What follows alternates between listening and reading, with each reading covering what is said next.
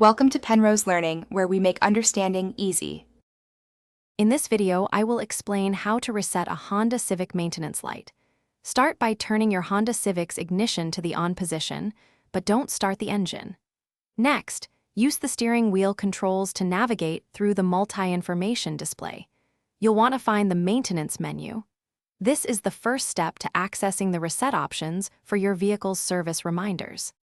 Once in the maintenance menu, select the specific item you need to reset, such as the oil life or tire rotation reminder.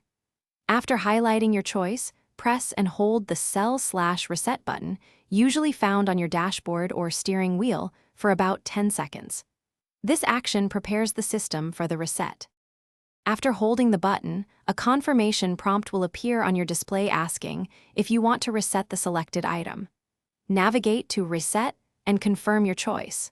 For instance, your oil life percentage will then return to 100%, indicating a successful reset.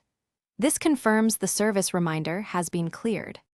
Finally, double-check your dashboard to ensure all the maintenance lights you intended to reset are now off.